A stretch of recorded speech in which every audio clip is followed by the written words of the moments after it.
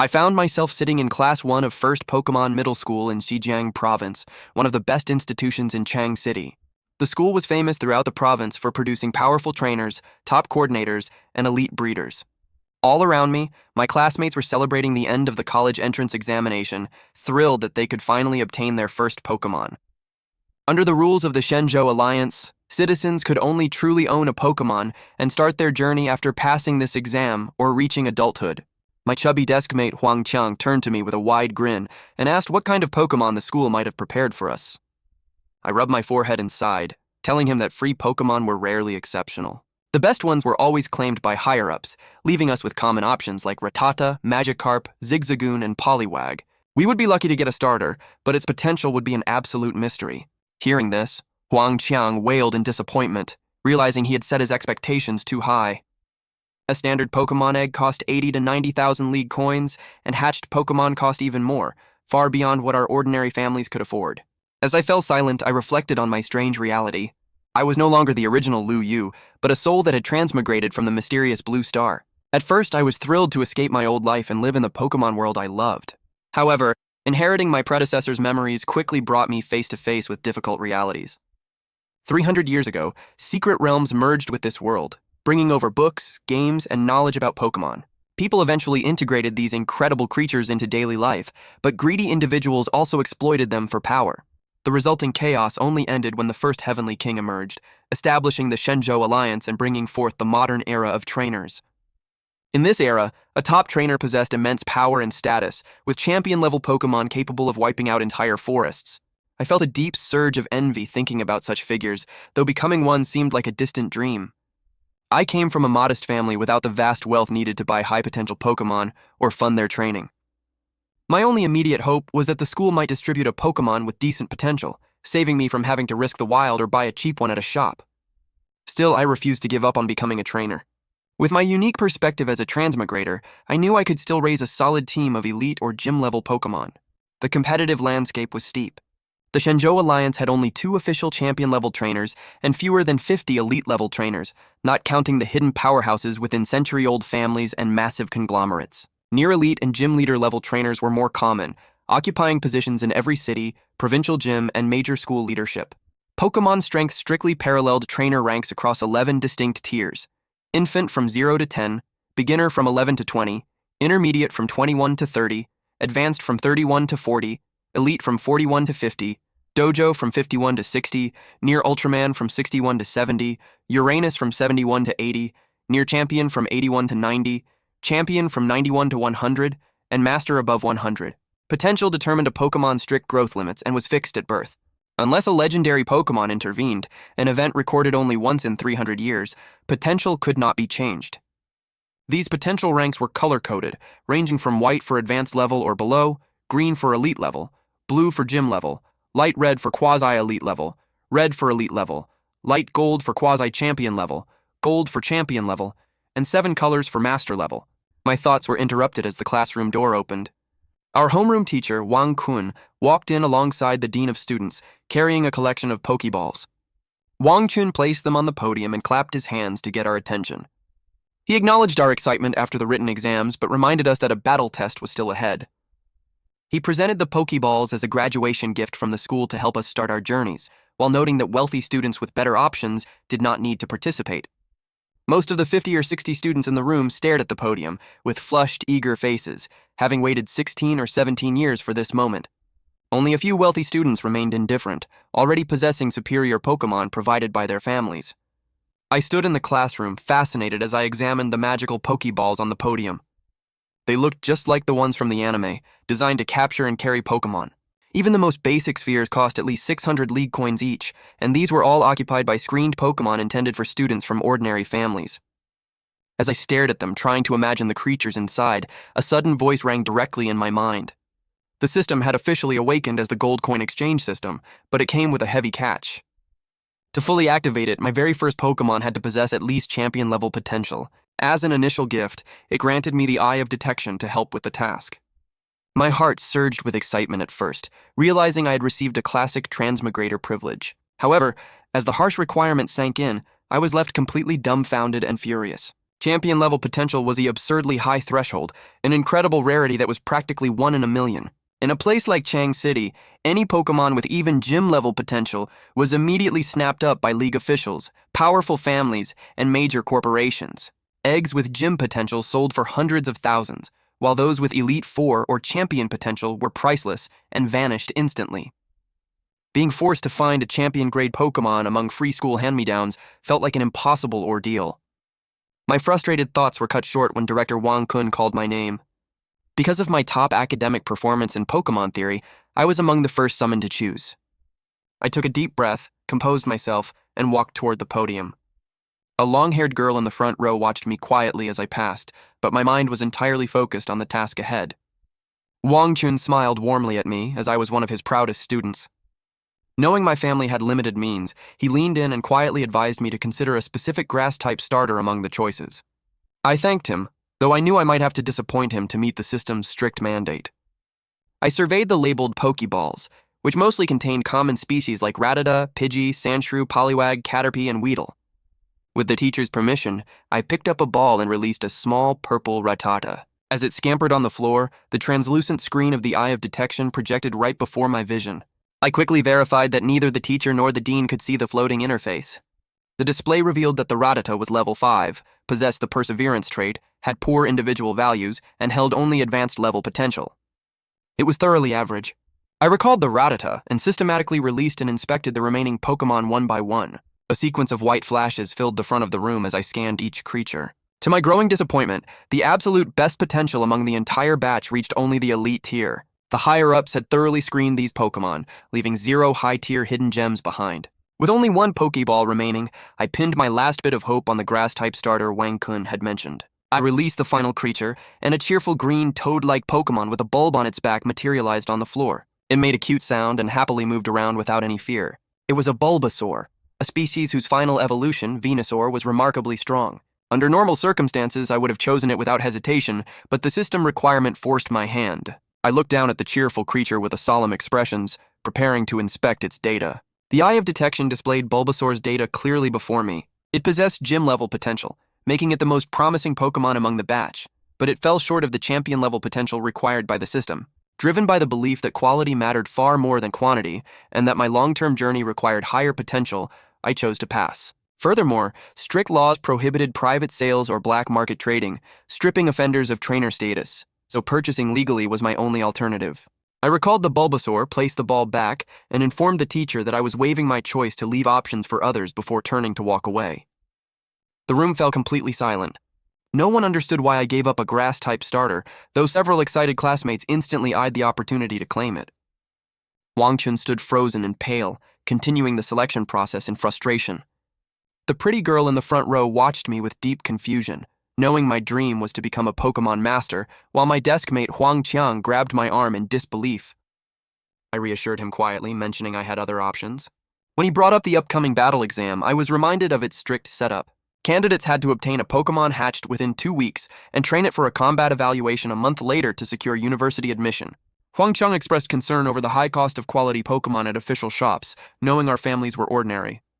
I brushed off his worry, shifted his focus back to his own upcoming choice, and breathed a silent sigh of relief. My plan was to request funds from my parents after school and inspect every official Pokemon shop across Chang City using my Eye of Detection until I found a candidate with champion-level potential or higher. Once every student finished selecting, the dean departed with the remaining Pokeballs, and Wang Kun dismissed the class to train for the practical exam. However, he called me into his office privately. Unaware of my true plan, I followed him inside, where he closed the door and expressed his deep frustration, explaining how hard he had worked to reserve that Bulbasaur for me. I remained calm and assured him with complete firm conviction that I had my reasons and would acquire a powerful partner without letting him down. Seeing my determination, Wang Kun sighed and retrieved a bank card containing 100,000 league coins, offering it to help cover my expenses. Deeply moved, I initially tried to decline, but he forced the card into my hand, calling it a personal investment in my future. I accepted it as a loan, promising to repay it within a month and secure admission to a top university. After thanking him, I left the office, eager to begin my search across the city for a champion potential Pokemon. After bidding farewell to my homeroom teacher, I carefully placed the Shenzhou Alliance card into my pocket and made a quick exit from the school grounds. Just as I stepped past the gates of First Pokemon Middle School, a familiar voice called out my name. I turned around to see Li Bingyan, the school's most beautiful girl and my persistent suitor, striding toward me in her uniform. Seeing my blank expression, she suddenly grabbed my arm in a moment of panic and pulled me into a secluded corner before letting go. I was completely bewildered by her bold action, which had taken place right in front of the crowd at the entrance without giving me time to react. Out of breath and blushing, she stood before me with a gentle, youthful beauty that was almost overwhelming. Her affection for me stemmed from our childhood summer camp, where I had rescued her after she got lost and frightened by insect Pokémon. Ever since she transferred to my school in junior high, her feelings had deepened from a quiet crush into an open affection. Yet despite her beauty and devotion, I felt a strong sense of hesitation. She came from a background of immense power, with relatives serving as high-ranking officials in the Shenzhou Alliance, whereas my family was completely ordinary. In a world where strength and status meant everything, bridging such a massive gap seemed nearly impossible, and I half feared that accepting her generosity could land me in trouble with her influential family. She fanned herself with her small hand and softly asked if my teacher had talked to me about the Pokémon. When I admitted she was right, her eyes softened, and she mustered her courage to pull a high-level Pokeball from her pocket. Super Balls were worth 30,000 league coins each and rarely seen, making me realize just how wealthy her background was. Urged by her gentle gaze, I mechanically took the sphere and pressed the central button. The ball expanded, releasing a flash of white light that materialized a light blue, turtle-like Pokémon with large eyes and a wavy tail. The adorable creature let out a small cry and shyly hopped into her arms. I immediately recognized it as Squirtle, the water-type starter. Instinctively, I activated my Eye of Detection to examine its information. The interface revealed that the Squirtle was level 9 with the Torrent trait, exceptional individual values, and near Elite 4 potential. It was by far the highest tier Pokémon I had encountered so far, confirming once again the vast resources her family possessed. Without a second thought, she sweetly announced that the Squirtle was now mine and tried to hand the reluctant starter into my arms. I stood completely dumbfounded, amazed that she would hand over a Pokémon of such incredible potential without any hesitation. While the offer was deeply tempting, my principles stopped me from accepting. Taking such a valuable creature from a prominent family could easily lead to severe backlash or complications down the line. Suppressing my racing pulse, I looked at her flushed, earnest face with a complicated expression and asked why she was giving me such a precious Pokémon. She explained without hesitation that she was worried about me because I lacked a Pokémon for the upcoming battle assessment. When I asked what she would do without Squirtle, she nonchalantly mentioned that she could simply request another one from her family. Furthermore, her connections had already secured her early admission to the Imperial University's cultivation department, rendering the practical assessment optional for her. I was completely stunned to learn about such special recruitment privileges, though her honesty also made me realize how dangerous taking the creature would be if her influential family found out. I took a deep breath, pushed Squirtle back toward her, and returned the Ultra Ball. She flushed with frustration and firmly insisted that I keep it, while the confused Squirtle whined softly in her arms. Desperate for a convincing excuse to decline, I asked whether the Squirtle was male or female. When she revealed it was female, I touched my nose and intentionally claimed that I preferred male Pokémon for battling. I added that her Squirtle was too sweet and soft-hearted for intense fighting, though it would excel under her care. The girl pouted as her eyes dimmed, causing the intelligent Squirtle to cry out angrily at me for upsetting its owner. Seeing her disappointed mood, I softened my tone and advised her to train the starter well, which she promised to do with a forced smile. Feeling a surge of guilt, I decided to tell her the truth. I explained with complete confidence that I intended to purchase a partner better suited to my personal style so we could train, battle, and reach the top together. When she asked if I truly had enough league coins, I quickly showed her the card from my homeroom teacher to put her mind at ease, preventing her from running home to fetch her own savings. She then asked to join my search, but I immediately refused, reminding her that staying out late would worry her family and potentially prevent us from meeting again. The silly girl panicked at the thought of being kept inside, quickly recalled her Squirtle, and prepared to leave. Before heading home, she earnestly reminded me to call her if I needed financial help and insisted I show her my new Pokémon the moment I obtained one. She even threatened to hand Squirtle over to me if I failed to find a partner within 2 days. Her persistent care filled me with energy, making me realize I needed to acquire my first Pokémon as quickly as possible. Once her car drove away, I sprinted toward my home to request additional funding, knowing that 100,000 league coins was barely enough for a quality Pokémon or egg. I arrived in the evening to find my parents back from work and cooking dinner. My father, Lu Jiangguo, put down his Pokémon Gazette and asked if I had selected a partner at school. Feeling ashamed, I lowered my head and admitted I had not. He looked somber, but chose not to press the matter, and the three of us ate dinner in complete silence. As I prepared to retreat to my room, my mother, Liu Meijuan, called me back to the table. My father placed a Shenzhou Alliance card before me, and my mother explained that it contained 300,000 league coins from their life savings. They urged me to buy a Pokémon I truly liked, apologizing for their limited ability to support my dream of becoming a trainer. Deeply moved by their unconditional love, I embraced my parents before accepting the card. With a total sum of 400,000 league coins now in my possession, I rushed out into the night and headed straight for the city's official Pokémon shops, filled with immense pride and determination. The Elf Building stood as the tallest structure in Chang City, housing everything from supplies, eggs, and hospitals to the high-ranking League branch offices on its upper levels. Carrying a total sum of 400,000 League coins, I headed straight for the 4th floor, which was famous for offering the city's largest official selection of Pokémon and eggs. I politely declined the staff's assistance, relying entirely on my eye of detection to evaluate the candidates myself.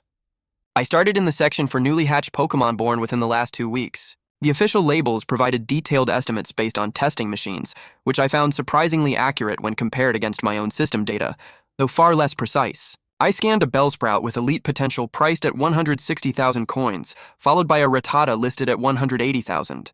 Moving down the aisles, I systematically inspected nearly 100 creatures, encountering species like Pidgey, Arbok, Caterpie, and Goldeen. Eventually, I spotted a Chikorita with gym-level potential, but its price tag of 560,000 coins put it out of my reach.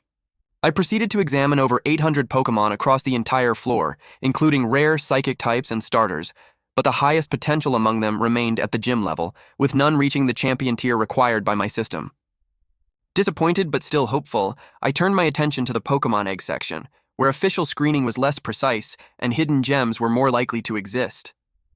The labels detailed the lineage and estimated potential of each egg, such as a Zubat egg from 2 elite-level Crobats priced at 100,000 coins. My system scans confirmed its elite potential instantly. I continued scanning egg after egg, finding an assortment of species including Heracross, Wooper, Pidgey, Abra, and Cyndaquil. While the egg section contained a higher frequency of gym-level potential, none possessed the champion-level talent I needed. Realizing the 4th floor held no solutions, I took the elevator up to the 5th floor to continue my search. I spent nearly an hour scanning all the newly hatched Pokémon on the 5th floor, but found nothing above gym tier. Undeterred, I moved directly into the 5th floor egg section, inspecting hundreds of unhatched eggs one by one. Just as disappointment began to set in, a light blue egg caught my eye, and my system interface projected a surprising result, a Totodile with near Elite 4 potential. Given the abundance of lakes and water secret realms around Chang City, high-tier water-type Pokémon were more common in the region. However, my excitement vanished when I checked the price tag.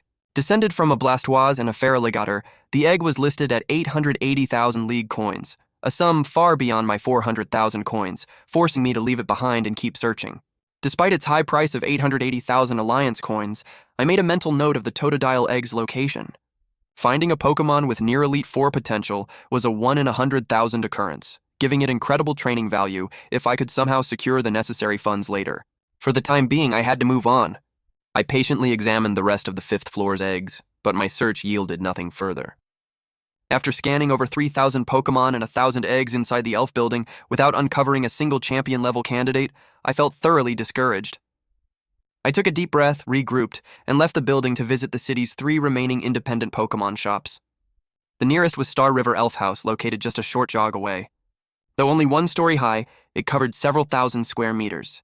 Rumor had it that the owner maintained strong ties to high-ranking Alliance officials, an essential requirement to operate in a city of millions where over 100,000 graduates required starter Pokémon every year.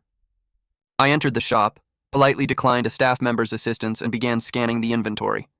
Unfortunately, the selection was smaller and of lower quality than the official building's stock, producing fewer than 10 gym potential options out of 1,000 Pokémon. I turned to the egg section, scanning a few hundred eggs in under half an hour before leaving expressionlessly. The quality was abysmal, with several mislabeled eggs containing unhatched bug types, leaving me quietly furious at the deception. I traveled to the bustling city center to visit the second shop, New Elf House. The store was packed with customers and busy staff, allowing me to scan the inventory unnoticed. However, my grim expectations were confirmed once again. Like Star River, this shop engaged in dishonest labeling practices. Many locals were aware of these tricks, but the monopoly held by these few connected shop owners left buyers with no local alternatives. Reporting them was futile, as past whistleblowers had faced severe fines, bankruptcy, or exile to the wilderness. In a world governed by relationships and raw power, only high-ranking trainers could challenge such rules, reinforcing my desire to reach the top. For my final attempt, I needed to travel to Charmander's Pokémon house in the far eastern part of the city. I booked a ride using Doodly Express on my communicator, a popular transit service utilizing trained Dodrio as land mounts. While urban flying mounts had been banned by the Alliance due to traffic safety concerns, ground mounts like Dodrio underwent strict screening and offered fast, reliable transportation. When my Dodrio arrived, I mounted it and habitually scanned its stats during the smooth ride. The system revealed a level 26 Dodrio with the runaway trait and advanced potential. While its stats were modest, its speed and stability were impressive, inspiring me to consider starting a similar heavy mount transport company with Rhyhorn in the future. The Dodrio dropped me off outside Charmander's Pokémon house, and I completed the payment before walking inside. Unlike the other shops, this store specialized primarily in eggs, and even featured an egg gambling section, making it my highest hope destination. Parents and students filled the aisles alongside advising staff. I bypassed the small display of 300 live Pokémon, which contained no high-tier candidates, and headed straight for the main floor containing thousands of colorful eggs. Some even glowed faintly, indicating they were close to hatching. I methodically scanned through the massive selection one by one, eventually discovering 2 eggs with near Elite 4 potential, an Eevee and a Growlithe. Both Growlithe and Eevee were exceptionally rare and sought after. Growlithe was a staple partner for police officers across the Shenzhou League, meaning any appearing on the open market vanished quickly. This particular Growlithe egg remained available only because of its exorbitant price tag of 980,000 Alliance coins, justified by its parents both being Gym Leader level Arcanine. Meanwhile, the Eevee egg, born from a late-stage Gym Leader Glaceon and a mid-stage Gym Leader Leafeon, boasted potential between Gym and Elite 4 levels, priced even higher at 990,000 coins. I stared intently at the 2 eggs, genuinely admiring both species. The prospect of an adorable Eevee with 8 evolutionary branches or a loyal, rideable Arcanine with near Elite 4 potential was incredibly tempting. Either creature possessed the latent talent to eventually reach the elite tier under proper guidance. However, the staggering cost crushed my hopes. My combined capital stood at 400,000 coins, a sum that needed to cover not just the egg itself, but also essential incubation equipment, nutrient solutions, Moo Moo milk, Pokeballs, and power cubes. Splurging my entire budget on a single egg was impossible, forcing me to use my resources far more strategically. Suppressing my regret, I turned away from the high-end display and headed toward the back of the store into the egg gambling section. This unique feature of Charmander's house attracted nearly half the store's foot traffic. The area contained roughly 1,000 eggs offered at a flat rate of 50,000 coins each. Most were long overdue for hatching, physically damaged, or contained low potential, with the store disclaiming all responsibility once a sale was completed.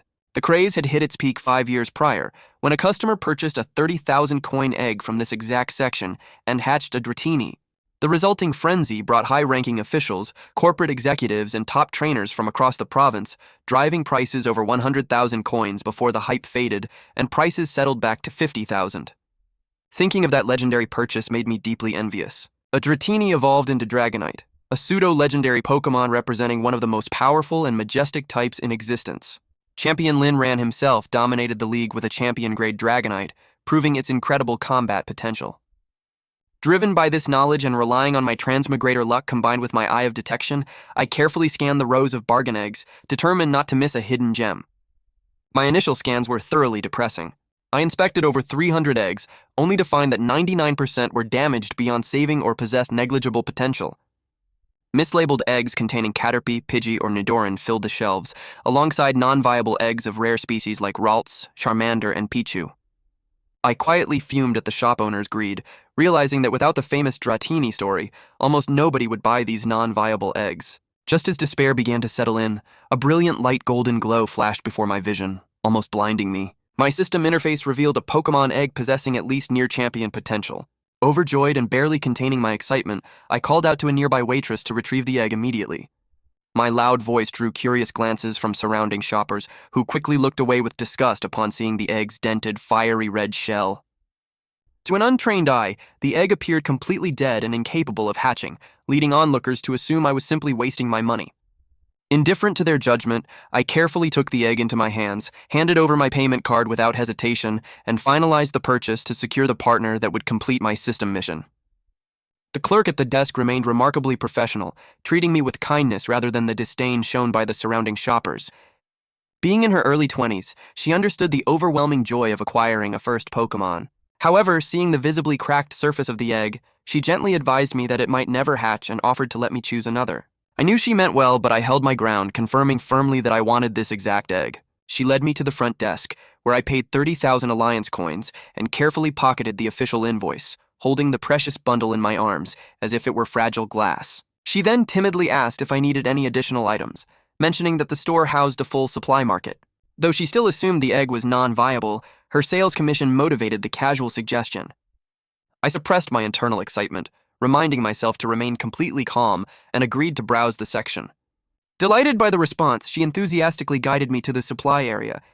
I immediately inquired about advanced hatching devices, fully prepared to provide the best possible care for this special partner.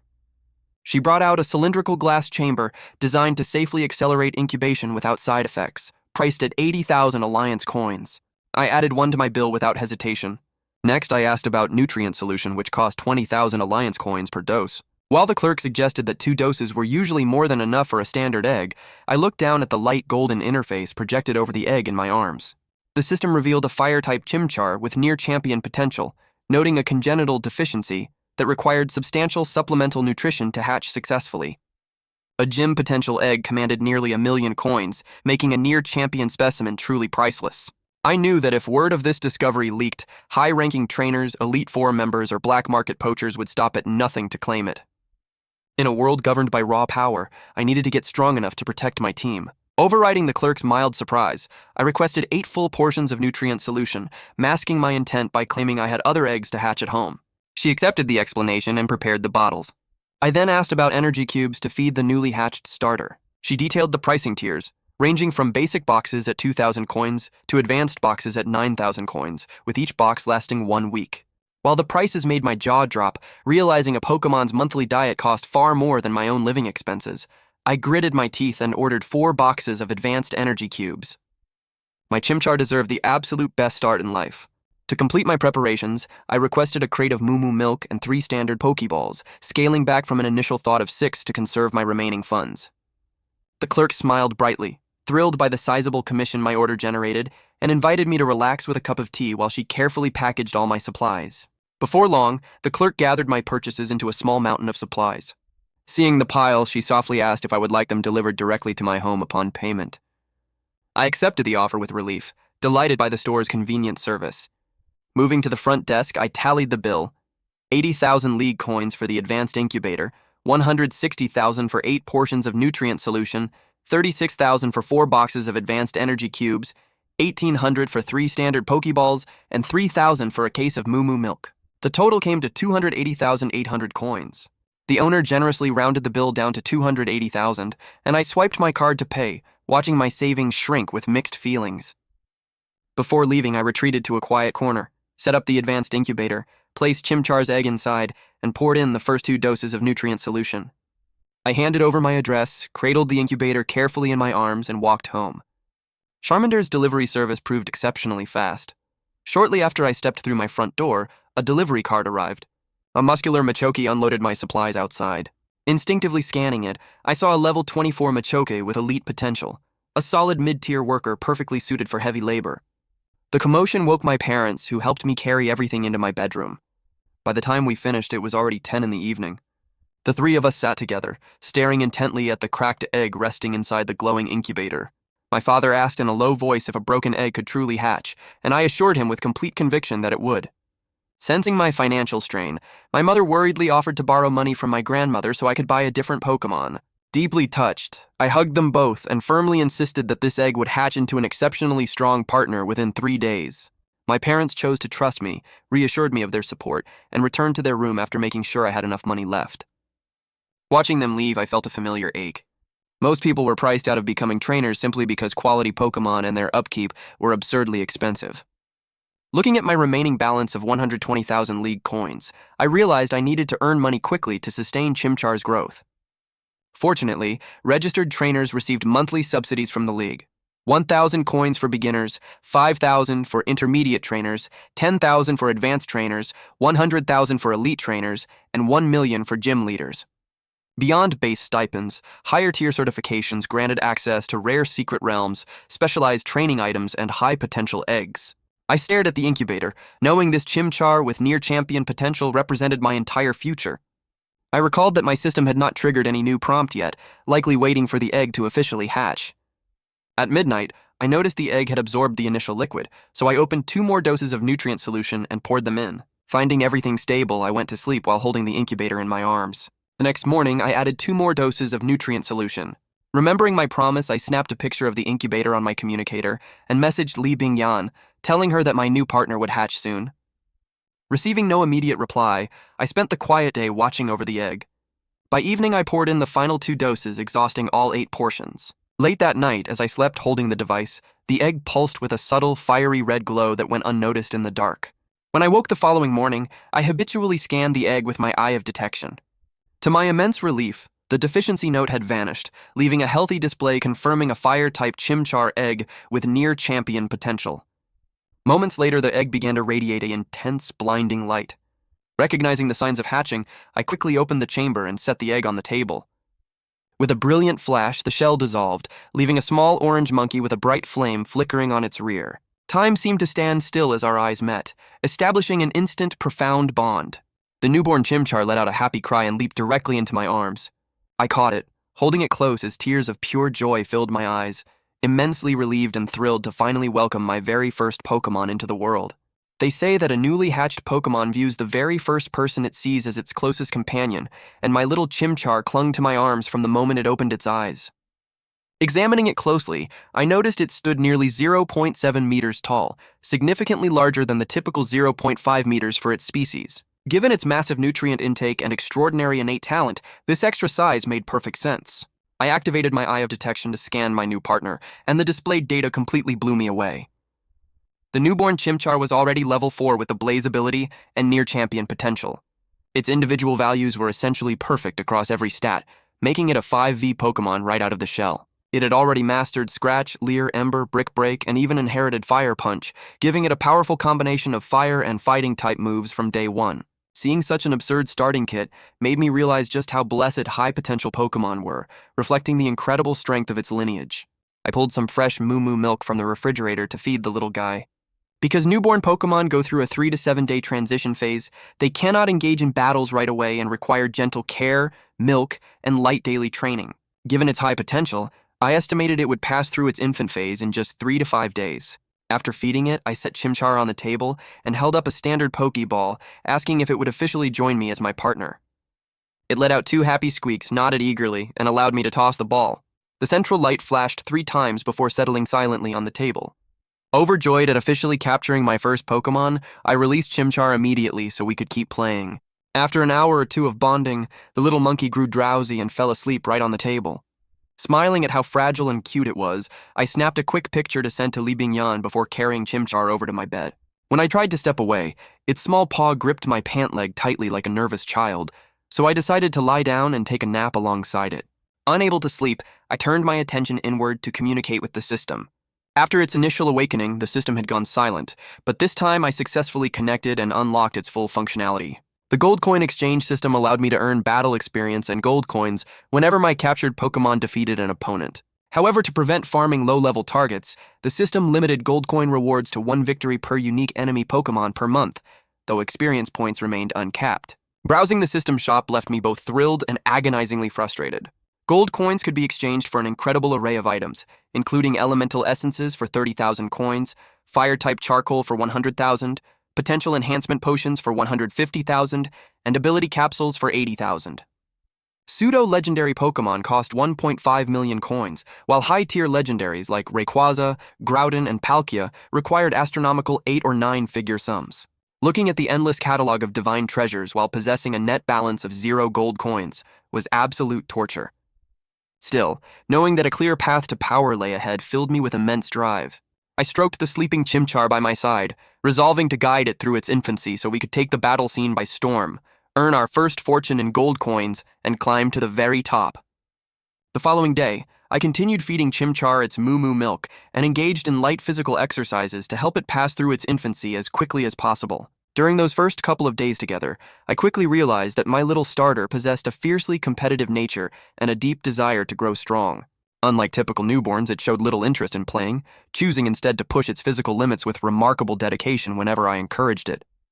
On one occasion, while my attention was briefly turned away, the stubborn little monkey trained itself to complete exhaustion, leaving me both anxious and deeply frustrated. I immediately rushed Chimchar to the Pokémon hospital for a thorough medical examination. Only after the medical checks confirmed no underlying harm did I finally breathe a sigh of relief. Since it had been hatched for only 3 days and remained fragile, overtraining could easily leave lasting physical damage, which was a risk I refused to take. Upon returning home, I set Chimchar on the table and looked at it with a stern expression, warning it never to push itself past its limits again. The intelligent little creature realized its mistake and nodded sheepishly. Seeing its remorse, I smiled, stroked its head, and gently explained that while I understood its desire for power, it was still too young.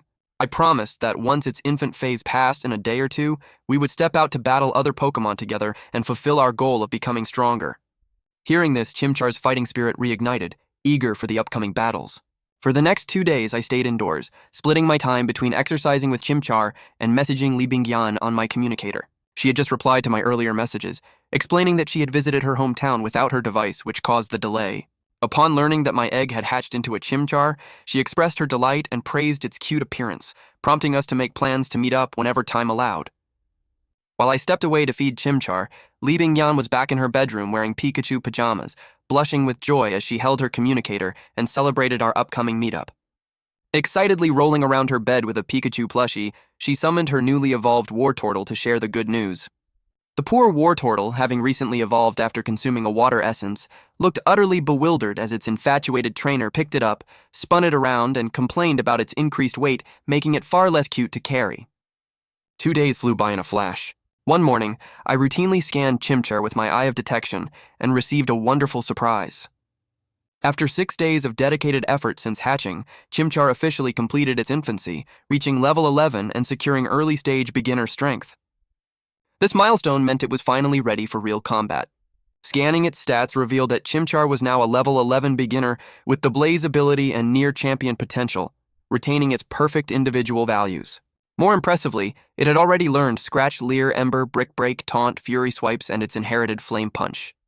Possessing 7 distinct moves at level 11 was an extraordinary feat, as most Pokémon at that stage knew only 4 or 5. After closing the interface, I fed Chimchar a high-grade energy cube and began planning our next steps. Battle was the absolute key to gaining experience, growing stronger, and earning the system gold coins I so desperately needed. However, since level 11 represented only the beginning of the beginner tier, venturing into wild areas or secret realms was far too dangerous, especially given that level 1 secret realms required at least intermediate stage strength just to enter. I needed to target trainers who, like me, had recently acquired their first Pokémon. I immediately thought of the 9th floor of the Pokémon building. By registering there as a sparring trainer, I could take on battle requests from other trainers, earning a steady salary while simultaneously gaining experience points and gold coins for Chimchar. It was a role perfectly suited to my current situation. Once Chimchar finished its meal, I recalled it into its Pokeball and headed straight for the Pokémon building. Passing through the lower floors, I briefly recalled the Near Elite 4 potential Totodile egg listed for 880,000 League coins on the 5th floor, though my remaining balance of 120,000 coins made it an impossible consideration, assuming it hadn't already been purchased by someone else. I took the elevator straight to the 9th floor and approached the trainer's training partner service desk. When I explained my intention to apply as a sparring partner, the staff member greeted me with immense enthusiasm. He explained that due to graduation season, a surge of new trainers needed low-level sparring partners to train their new Pokémon, creating a severe shortage of available partners across various skill levels. When I released Chimchar to complete the registration, the staff member looked thoroughly astonished. Starter Pokémon like Chimchar were extremely rare in Chang City, making him wonder why a seemingly wealthy young trainer would take up a paid sparring job. Unconcerned with his confusion, I completed the registration details, officially became a beginner sparring partner, and moved into the lounge area to await my first assignment. I had only been sitting in the rest lounge for a short while when an attendant summoned me to the F1 training room for my first order. Filled with energy, I followed him down the hall immediately. The 9th floor was partitioned into 30 or 40 specialized battle arenas labeled from F to A according to trainer strength. Since I possessed only a single early-stage beginner Pokémon, I was naturally assigned to Zone F. Along the way, My guide quietly mentioned that the highest tier partner in their service was a late-stage gym leader who earned hundreds of thousands of league coins per session. Hearing that made me thoroughly envious, as my own beginner sparring rate would net me only a few hundred coins per hour, with 10% deducted as a platform commission. Still, paying a small commission to access facilities and steady clients felt entirely fair. Upon entering room F1, I found a well-equipped 50-square-meter battle arena. A few minutes later, the shop owner walked in alongside a young trainer about my age, likely a high school senior who had just finished his entrance exams. The owner kindly checked on me before introducing my client as Wei Ran, a student from Elf Experimental Middle School. Noticing my rare chimchar, the owner spoke with extra encouragement, expressing high expectations for my performance before stepping to the side to judge the match. Wei Ran greeted me warmly, and I braced myself for a serious battle, knowing students from the experimental school received exceptional training. I released Chimchar, who bounded onto the field and let out an enthusiastic howl, eager for its debut fight. Wei Ran expressed awe at seeing a rare starter on the field, before calling out his own partner, a 5-pointed Staryu with a glowing red core. Though type advantage favored his water type, I remained completely composed. Scanning the Staryu with my system, I saw a level 11 Staryu with elite potential, the Illuminate ability, and moves consisting of Tackle, Harden, and Water Gun. While our levels were identical, my Chimchar completely outmatched its opponent in raw potential and individual stats. The battle officially began as Wei Ran ordered Staryu to open with Water Gun. I calmly instructed Chimchar to dodge and follow up with Leer. Chimchar's superior speed allowed it to easily leap out of the stream's path, glaring sharply at Staryu to lower its defensive guard. Wei Ran called for another Water Gun, but I kept Chimchar moving dynamically across the arena, causing every water blast to miss its mark. Observing the fight, the shop owner quietly realized the match was already decided, impressed by my natural battle instincts. As Staryu grew visibly exhausted and panted from spamming attacks, I seized the opening and ordered Chimchar to strike with fury swipes. Wei Ran panicked and shouted for a dodge, but Staryu was too drained to react. Chimchar closed the distance instantly and landed a sequence of sharp strikes, knocking Staryu out cold. The owner promptly declared me the winner, praising my ability to secure a decisive victory despite a severe type disadvantage. I smiled, gathered the triumphant Chimchar into my arms, and praised its incredible performance. Right then, the system voice chimed in my mind, confirming that Chimchar had gained 136 experience points and my very first system gold coin, officially leveling up to level 12. I was thoroughly amazed by how much experience my Chimchar earned from defeating an opponent of the same level. Earning over 100 experience points in a single match instantly triggered a level up for Chimchar, while also securing my very first gold coin for future item exchanges in the system. On the other side of the field, the young trainer stood in complete disbelief, utterly disheartened that his Staryu had lost to a fire type despite holding the natural type advantage. In his shock, he had completely forgotten to recall his unconscious partner. Snapping out of my excitement, I walked over, patted his shoulder, and offered him warm encouragement. I assured him that my victory was largely due to my Chimchar's speed and his own initial carelessness, explaining that Pokémon battles were far too complex for simple type matchups to dictate every outcome. I reminded him that as beginner trainers, we both had a long journey of learning ahead. Comforted by my words, his fighting spirit quickly returned. I gently pointed toward Staryu, suggesting he recall his partner and visit the Pokémon hospital on the 7th floor to ensure no hidden injuries remained. Realizing his oversight, he panicked, apologized profusely to his Staryu, and recalled it into its Pokeball. After expressing his sincere gratitude and promising to challenge me to a rematch once his partner grew stronger, he rushed toward the elevators. Watching him leave, I quietly muttered to myself that a rematch was unlikely to end any differently. Supported by my system, Chimchar's growth rate would vastly outpace standard training methods, meaning our next meeting would likely see my partner evolved long before his Staryu could catch up. The shop owner, who had been watching from the sidelines, expressed great admiration for my humility and praised Chimchar's remarkable physical development and combat performance. He even inquired if I wanted to run an official test on my partner's potential.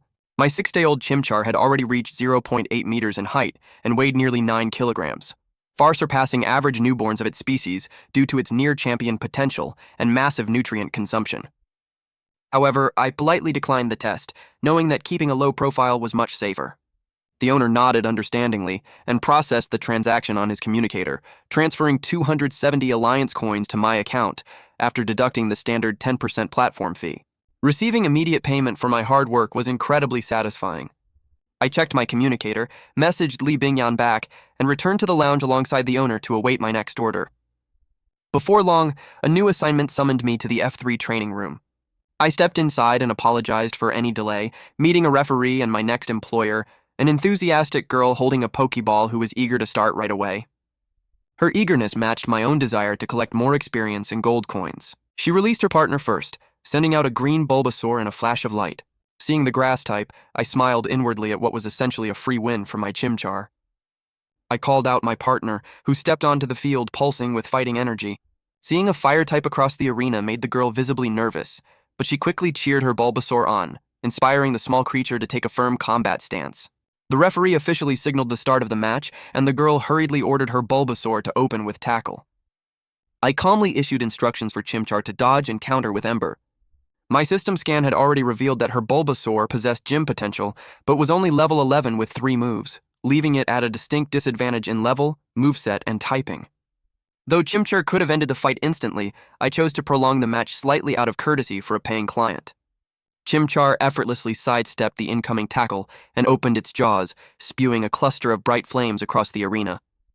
Flustered by her partner's missed attack, the girl hesitated to order an immediate dodge. By the time Bulbasaur tried to move, the burst of ember scorched its side, inflicting significant damage. Bulbasaur bravely shook off the pain and reassured its trainer, prompting her to regain composure and order a vine whip to grab and throw Chimchar. I intentionally held back my commands, allowing Bulbasaur's vines to wrap securely around my partner. The moment the connection was made, I seized the opening, ordering Chimchar to grab hold of the vines, pull Bulbasaur directly into melee range, and unleash a full-power flame punch. The girl watched in near tears as her Bulbasaur strained with all its might to resist. However, it was no match for Chimchar's superior physical strength, and after being yanked off its feet, it was knocked unconscious by a direct hit from Flame Punch. Given Chimchar's larger size and the previous damage Bulbasaur took from Ember, a close-range defeat was inevitable. The system chimed in my mind, notifying me that Chimchar had gained 124 experience points and 1 gold coin. The referee promptly announced our victory. The anxious girl rushed over to cradle her fainted partner, her eyes welling with tears. After praising Chimchar and recalling it into its Pokeball, I walked over to reassure her that Bulbasaur was simply exhausted. I suggested resting it in its ball, or taking it to the hospital downstairs for a quick checkup. Relieved, she thanked me shyly, asked for my name, and complimented my skill before hastily running off. Watching her leave like a startled Pika, I couldn't help but chuckle. Soon after, the shop owner walked in with a wide grin, teasing me about almost making a female client cry. I jokingly replied that my Chimchar was just too strong, and he agreed, transferring 450 alliance coins to my account after deducting the platform fee for the 500 coin order. I returned to the lounge and was called up for another match shortly after. My next opponent was another high school senior, who sent out a massive level 12 Rhyhorn. Seeing the heavy Pokémon, I was glad it was a Rhyhorn rather than a giant Onyx, as a larger creature would barely fit in the room. I released Chimchar, who showed zero fear in front of the larger foe, bounding forward while waving its fists eagerly. The sight of a small monkey mocking it instantly enraged the Rhyhorn. Its trainer, a student wearing glasses, grew confident upon seeing my fire type, knowing his ground and rock-type partner held a strong defensive and offensive advantage. As the referee signaled the start, the bespectacled trainer smugly ordered a horn attack. I instructed Chimchar to dodge and counter with Ember. With its superior speed, Chimchar easily evaded the charge. Though Ember struck true, Rhyhorn's rock typing allowed it to shrug off the fire with minimal damage. Frustrated, the trainer repeatedly ordered horn attacks. Chimchar danced around the arena with agile movements, leaving Rhyhorn chasing air until it almost lost control and crashed into the wall. Panting heavily near the edge of the battlefield, Rhyhorn was nearly spent. Desperate, the trainer tried to provoke me, demanding that I stop running and face his Rhyhorn in a direct head-on clash. Puzzled by his request, I agreed to grant his wish. Delighted that his tactics seemingly worked, he ordered a full power charge. I waited calmly until the heavy Pokémon closed the distance before issuing a single command for Chimchar to use Brick Break directly on Rhyhorn's head. Realizing too late that a fighting-type move was super effective against his rock-type partner, the trainer gasped in horror. Chimchar leaped high, enveloped its hand in glowing white energy, and chopped down hard. The impact brought Rhyhorn crashing to the floor, instantly rendering it unable to battle. The system chimed once more, awarding Chimchar 162 experience points and 1 gold coin, pushing its level to 13 and unlocking the Move Flame Wheel.